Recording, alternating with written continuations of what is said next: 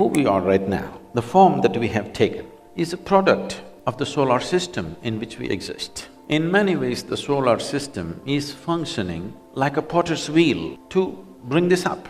Modern science today is recognizing there is something called as Akashic intelligence. That is, space, empty space has certain intelligence. Whether this intelligence works for you or works against you will determine the nature of your life, whether you are a blessed being or one who is going to be freaked and buggered around for the rest of your life. It simply depends on that, how this Akashic intelligence behaves with you. For no reason, people are being hammered around by life, isn't it? For no reason, some people seem to be blessed with everything. It is not for no reason, it is your ability, either consciously or unconsciously, your ability to be able to get the cooperation of this larger intelligence which is functioning.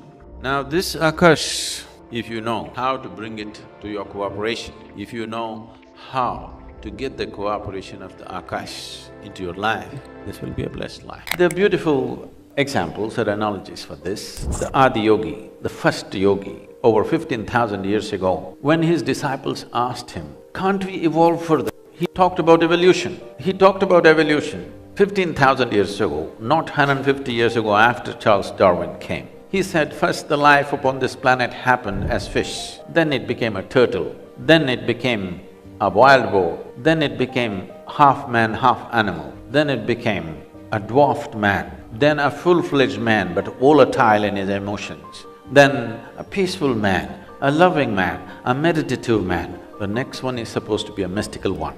So when he spoke about this, people around him naturally asked, "So can't we evolve further right now?" So he said, unless there are drastic changes in the solar system and the way it functions, you cannot physically evolve further, but you can evolve in your consciousness if you're willing. And this is not because of neurological principles, this is because of physical laws in the universe.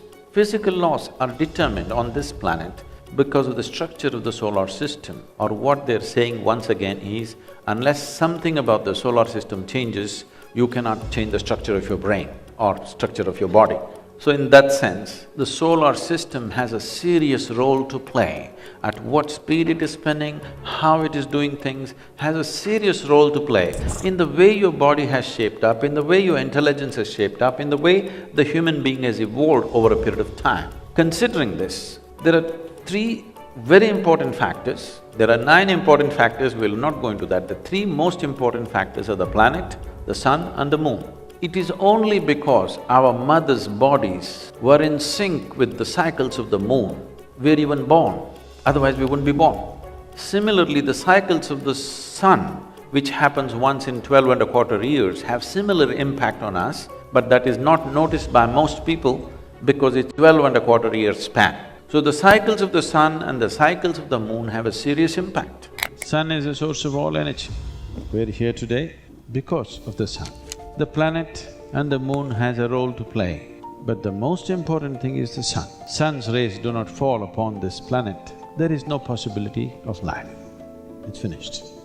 So, this sun is not just about light. Every moment your life is kept up because of the sun. So one thing that we decided to do was to be in tune with him. If you're in tune with him, the cycles of the sun, then physical health, well-being, vitality, energy, these things you don't have to bother, they're just there with you. Whether you're a man or a woman, the contribution of the sun and the influence of the sun upon your physical system is phenomenal. Without it, nobody can… The very warmth in our body, which is a sign of life, is only because of the sun. So how to get in tune with him so that your cycles will run in 12-year cycles, not less. If your cycles run, if your physiological cycles run in sync with the sun's cycles, your physical health will be great, your mental balance will be perfect, and your life will happen effortlessly. This is the basis of all spiritual sadhana, which is physical in nature. There is going to be very dynamic change in the sunspots in the coming 6 years. So whenever such changes happen in the sun or in the pattern of the way the sun functions, Always it has been found phenomenal changes happen in human consciousness, but it is not a directed change, it is not a guided change. Changes will happen. A full moon day or a new moon day, on these days, there are certain changes happening within a human being. Most human beings do not notice it, but it's happening. If you were psychologically fragile, then you would distinctly notice it. People who are psychologically imbalanced for some reason, on that day they will find they're much more imbalanced. So it is happening. Those who are meditative will become much more meditative. Those who are gentle will become much more gentle. Those who are loving will become much more loving. Those who are insane will become much more insane. It will set a certain pitch, but it does not direct. If you are completely at the mercy of the forces around you, you will be very volatile, up and down. The whole ocean is rising. You think nothing is happening in this body? Definitely it's happening. The sunspots will definitely create some kind of volatile energy. But how will it work out for human beings is left to us. That's why I said, if we have a prediction and wait for it, we don't know how it'll go. If we have a plan, any volatile situation is also a possibility because things are mobile, things are more fluid. This is the time to craft things the way we want. So it is a possibility. Does it mean the possibility is only now, it's not been? No, always these things are happening. At certain times, it may be little more than other times. In terms of how the planet functions, how the natural and celestial forces function upon this planet in the coming 6 years is going to be somewhat different. So if we have a plan to make use of this volatile nature, if we prepare enough people who have the necessary sadhana, who have necessary focus within themselves, then definitely human consciousness could rise much more easily than other times. In that way, it is little more conducive, but one must understand, it's like this, if the wind blows, if you fly like this, if you have an airplane and if you fly into the wind, effortlessly you will fly. Suppose you're in the wrong direction, you will crash. Wind is just blowing, not to make you fly, not to make you crash, it just blows. But it's up to you whether you use it to fly or to crash. This 12.25, somewhere between 11 and 3/4 to 12.25 is one solar cycle, it varies a little bit. If you complete 7 cycles of the solar system, if you complete 7 solar cycles, you will complete 1008 lunar cycles. That is, if you live for 84 years and 3 months, you would have completed 7 solar cycles and 1008 lunar cycles. To complete 7 solar cycles and 1008 lunar cycles, then you can break a certain bond with the earth. Your bond with the planet is broken largely and very easily, with very little assistance. Even if you know nothing about anything, with very little assistance, you can go beyond the cycles of birth and death. Because your bond with the planet and the material of the planet, the memory of which you carry within you and the memory of you, the material also carries, you will break that bond. Once this bond is broken, then the work that needs to be done is very simple. When people say the salt of the earth, it has more meaning than most people understand. You are the salt of the earth. This whole body is just a small blob which has just popped out of this planet. What you call as myself right now is just a little blob of earth which just splashes out and falls back. And this keeps happening because there is a bond between the planet and you. The energy that you refer to as myself and the material which has become the manifestation of yourself. These two things have gotten linked, it's a very deep, it's a very profound relationship. But if you complete 7 cycles of the sun, along with that you complete 1008 lunar cycles, then your bond with the planet is largely broken. From there on, it becomes very simple. With a very small push, it could be done. So if you've not done anything right, all you have to do is torment the world with 84 years of you. I can teach one simple process, which anyway half of you will not do always. You do this much. After the sunrise, before the sun crosses 30 degrees angle, 30 degrees means something like this. Before the sun crosses 30 degrees angle, once look up at the sky and bow down. After it crosses 30 degrees, sometime during the day, any time, look up and bow down again. After it sets, once again look up and bow down. Not to some god up there, just to the empty space, but holding you in place for today. Just do this, life will change dramatically. Have you noticed even Tendulkar looks up? And have you noticed, it's not just him. Right from ancient times, when man achieved something in wars, in great moments of success, because unknowingly there is a realization. Okay, some of them may be looking up for the Uparwala, but most of them, they manage to climb the peak, Mount Everest. This will naturally come. Have you seen this? Whether it's Bhavaspandana or Samyama, something, you hit one peak experience.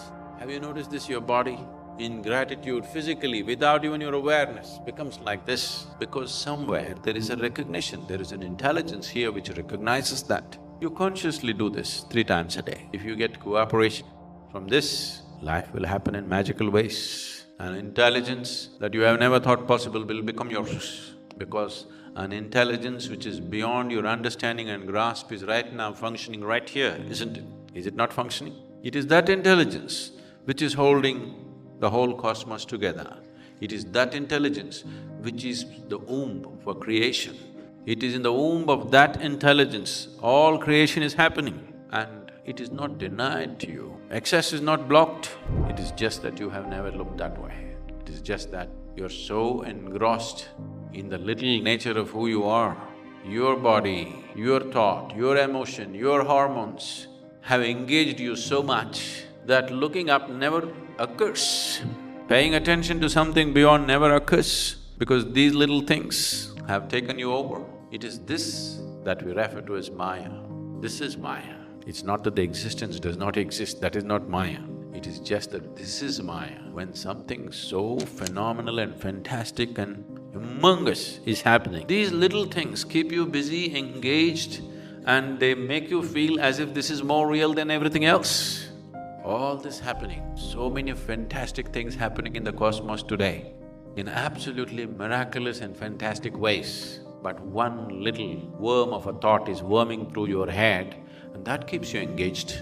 That's Maya, do you understand? Let me just articulate in simple words, what is the way we see the universe? In the yogic principle, the universe was like this.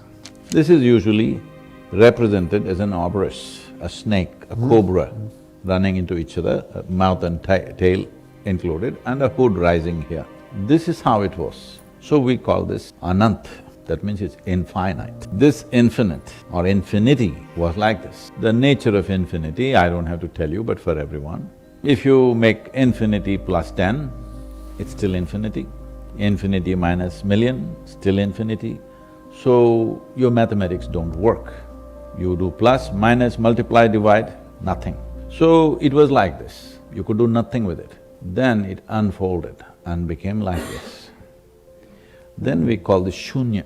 Shunya means emptiness. It became empty. What was infinite became empty. This is very important to understand this. What was that which is infinite? Was it not empty? We could not even call it empty or full at that time, because it's infinite. There's no plus minus to it, no multiplication and division to it. So it was this way, it uncoiled itself to become nothing. Nothing means we must put a hyphen between no and thing. It is a no thing, but it has a presence now. Maybe this presence is what the modern scientists are calling as dark energy or dark force or whatever. But it's very appropriate because we call this shunya or kala. The word kala means empty, the word kala means darkness, the word kala means time, the word kala means space. All these 4 things became somewhat manifest because it became a kala. So this is here as emptiness, but we call this infinite space. Must mark my words, infinite space, not time, because there is no distinction. It is time which is unfolding to become space. So once it became kala like this, you can see it as emptiness, you can see it as time, you can see it as space, you can see it as the first manifestation of that which doesn't have a form.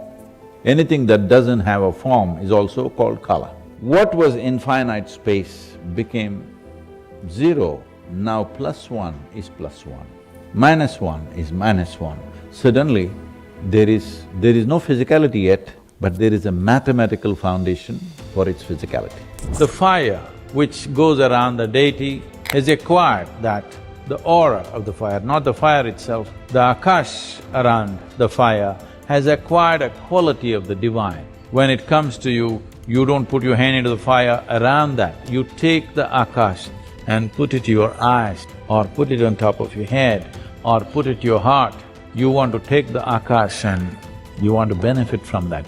You're trying to take some element of the divine for your own benefit, to take it and make it a part of yourself. So the whole arati process is an effort in this direction. These are all different things that can assist a person to slowly develop your own fire. But above all, in the yogic system, there are various processes where no fire is lit, all the fires lit are within. So this is what you hear from ancient times, the yogis were doing tapas. The word tapa means heat or fire.